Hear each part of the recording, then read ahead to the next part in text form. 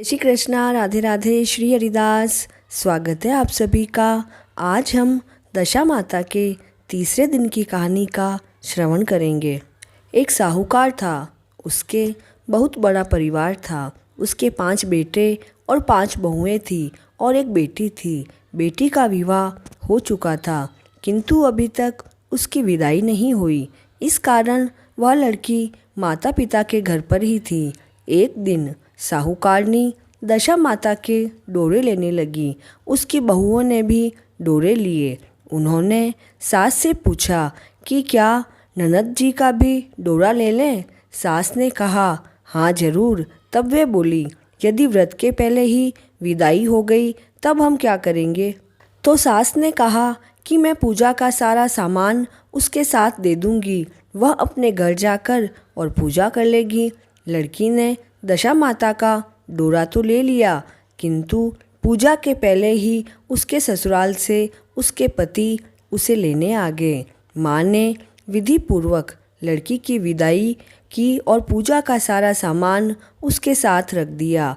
अब जब वह अपने घर पहुंची तो पास पड़ोस की स्त्रियां नई बहू को देखने आई। सब लोग उसकी बहुत प्रशंसा करने लगे, किंतु एक औरत की नज़र पूरे गहनों को छोड़कर उसके गले के डोरे पर पड़ी। तो वह बोली कि बहू की माँ को बड़ी टोटका पसंद स्त्री है। इतने जेवर होते हुए भी 2 तागे के सूत के उसके गले में क्यों पहना दिए हैं। जब सास, ननद, देवरानी, जेठानी, घर की सभी स्त्रियां एक साथ बैठी तो सभी ने उसके डोरे की निंदा की। अब बहू तो सुनते सुनते परेशान हो गई। तब उसने डोरे को तोड़कर जलती हुई भट्टी में डाल दिया। डोरे में आग लगते ही उसके सारे घर में आग लग गई। सब अपने अपने प्राणों को लेकर कोई इधर भागा, कोई उधर भागा। अब उस जलते घर में वे दोनों पति पत्नी ही बच गए। दोनों जने भी गांव छोड़कर वहां से आगे चले। आगे स्त्री, पीछे उसका पति। दोनों चलते चलते उस गांव में पहुँचे जहाँ की वह लड़की थी। उसने पति से कहा कि जब तक कोई काम नहीं है तब तक तुम भाड़ झोंक कर पेट भरो, मैं भी मजदूरी करूँगी। पति भाड़ झोंकने लगा और स्त्री एक कुएं पर जाकर बैठ गई। उस कुएं पर सारे गांव की स्त्रियां पानी भरने आती थी। उस लड़की की भाभियां भी वहां आई और उसे वहां बैठी देखकर बोली कि बहन, तुम किसी भले घर की लड़की मालूम होती हो, यहाँ कैसे बैठी हो? किसी के यहाँ काम करोगी? तब वह लड़की बोली, अवश्य करूँगी, परंतु न तो मैं नीच की टहल करूँगी और ना ही खराब खाना खाऊंगी। तब बड़ी भाभी बोली कि हमारे घर में तुम्हारे लिए नीच काम है ही नहीं। जब से हमारी ननद ससुराल चली गई है तब से हमारे बच्चे हैरान होते हैं, तुम इन्हीं को खिलाती रहना। उसके हाँ भरने पर वह सभी भाभियाँ अपने घर गई और सास से बोली कि माँ जी, आज कुएं की पाल पर एक दुखिया लड़की बैठी है। वह हमारे और तुम्हारे पोतों को खिलाने के लिए राजी हो गई है। अगर आप आज्ञा दें तो उसे रख लें। तो सास ने कहा कि चलो रख लो। वे दूसरी बार पानी भरने गई तो उस दुखियारी को अपने साथ अपने घर ले आई। अब वह अपनी भाभीयों के बच्चों को खिलाती और खाना बनाकर निर्वाह करती। फिर से दशा माता के डोरे लेने का समय आया। सास ने कहा कि जब वह घर में रहती है तो उसे भी डोरा लेना चाहिए। तब बहुओं ने कहा कि ननद जी का डोरा लिया था, आखिर पूजा नहीं हो पाई और उनकी विदाई हो गई। अब दुखियारी को डोरा लिवाती हो, यदि पूजा होने के पहले यह भी चली गई तो क्या होगा।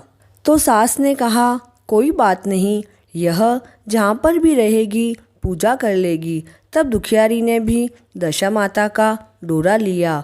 9 दिन तक कथा व कहानी सुनती रही। व्रत पूजन यथाविधि हुआ। 10वें दिन साहूकार की 5 बहुओं और उसकी सास ने सिर से स्नान किया। घर में गोबर से चौका लगाया गया। चौका पूरा और पूजा की तैयारी करने लगी। तब दुखियारी बोली कि भाभी, मुझे भी अगर फटा पुराना कपड़ा मिल जाए तो मैं भी स्नान कर कर आ जाऊं। तब बहुओं ने सास से पूछा कि हमारे पास ननद जी की साड़ी रखी है, अगर आप कहें तो इसे दे दें। तब सास ने कहा, दे दो। अपनी पुरानी साड़ी लेकर वह दुखियारी स्नान करने गई। उसने सिर से स्नान करके साड़ी पहनी और गीले बाल बिखराए हुए घर आई। यहाँ पर पूजा शुरू हो गई। वह ज्यों ही पूजा में आकर बैठी तो एक भाभी ने कहा कि साक्षात तुम तो हमारी ननद जैसी लगती हो। इस पर सास ने नाराज होकर कहा कि तुम चुप रहो, मुझे कथा कहने दो।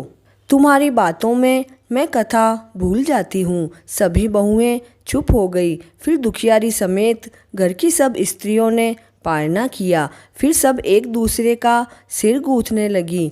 एक ने दुखियारी से कहा कि आ, मैं तेरा सिर गूंथ दूँ। सिर गूंथते हुए बोली कि जैसी गूंथ इसके सिर में है वैसी ही गूंथ हमारी ननद के सिर में थी।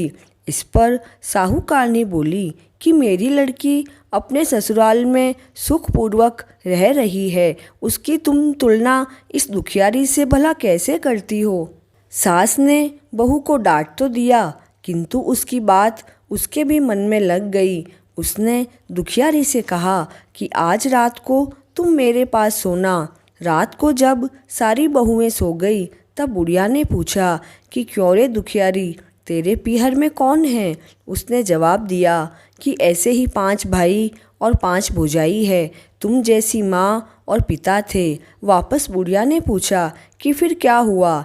वह बोली कि मैंने अपने पीहर में दशा माता का डोरा लिया था, उसकी पूजा नहीं हो पाई और ससुराल को विदा हो गई। वहाँ सभी स्त्रियों ने मेरे गले में डोरा देखकर मेरी हंसी उड़ानी शुरू की। तब मैंने उस डोरे को आग में डाल दिया। उसी धागे के कारण 7 घर जलकर भस्म हो गया। सब लोग 3 तेरह हो गए। हम दोनों जने भागकर यहाँ आ गए।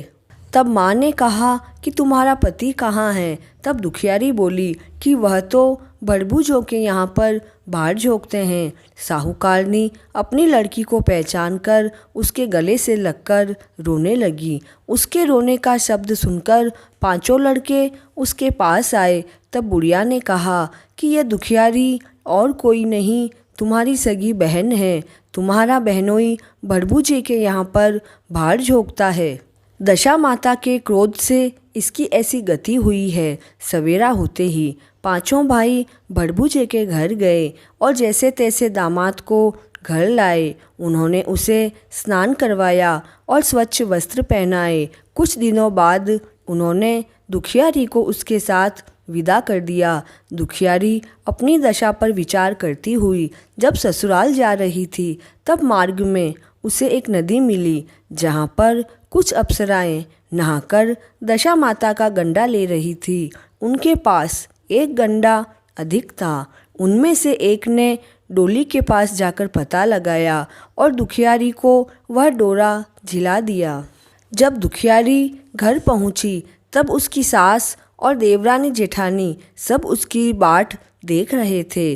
दुखियारी ने कहा कि तुम लोगों ने पहले दशा माता के डोरे की निंदा की थी, इसलिए हम सभी का बिछोह हुआ और घर का धन्य धान्य स्वाहा हो गया। अब की बार कोई भी मेरे गंडे की चर्चा मत करना। सबने खुशीपूर्वक उसकी बात को माना। 9 दिन तक कथा कहानी हुई। 10वें दिन विधि पूर्वक गंडे की पूजा हुई। 7 सुहागिनें न्योती गई। मेहंदी आदि से उनका श्रृंगार कराकर आंचल भरे गए। इस प्रकार खुशी से दशा माता का पूजन हुआ। दशा रानी ने जैसे उस दुखियारी की दशा फेरी वैसी ही वह सब हम पर कृपा करे। बोलिए दशा माता की जय हो।